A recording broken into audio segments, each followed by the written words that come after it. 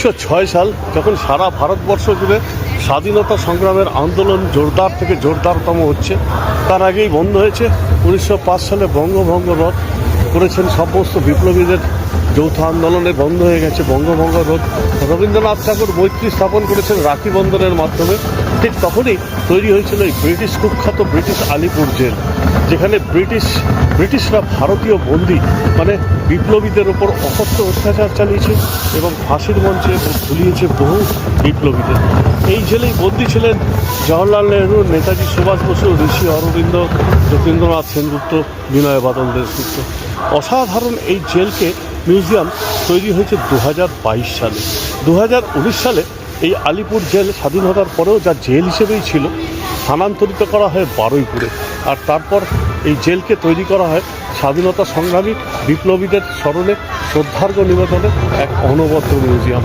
যারা কলকাতার বুকে ঘুরতে ভালোবাসেন, সময় করে একদিন ঘুরে আসুন দেখুন এই আলিপুর জেল মিউজিয়াম।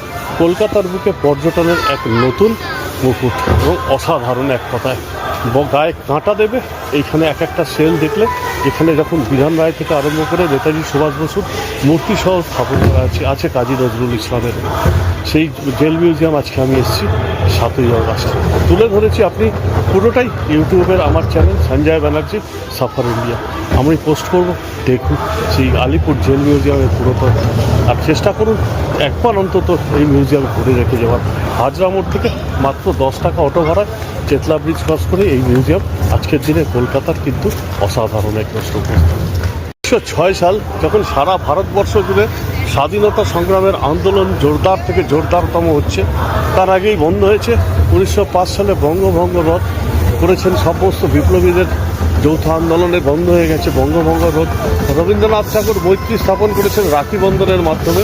ঠিক তখনই তৈরি হয়েছিল এই ব্রিটিশ কুখ্যাত ব্রিটিশ আলিপুর জেল, যেখানে ব্রিটিশরা ভারতীয় বন্দী মানে বিপ্লবীদের ওপর অকথ্য অত্যাচার চালিয়েছে এবং ফাঁসির মঞ্চে ঝুলিয়েছে বহু বিপ্লবীদের।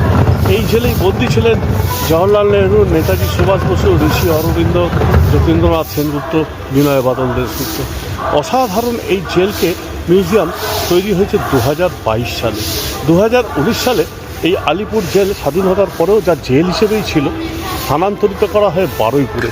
আর তারপর এই জেলকে তৈরি করা হয় স্বাধীনতা সংগ্রামী বিপ্লবীদের স্মরণে শ্রদ্ধার্ঘ্য নিবেদনে এক অনবদ্য মিউজিয়াম। যারা কলকাতার বুকে ঘুরতে ভালোবাসেন, সময় করে একদিন ঘুরে আসুন দেখুন এই আলিপুর জেল মিউজিয়াম। কলকাতার বুকে পর্যটনের এক নতুন মুকুট এবং অসাধারণ এক কথায় গায়ে কাঁটা দেবে এইখানে এক একটা সেল দেখলে।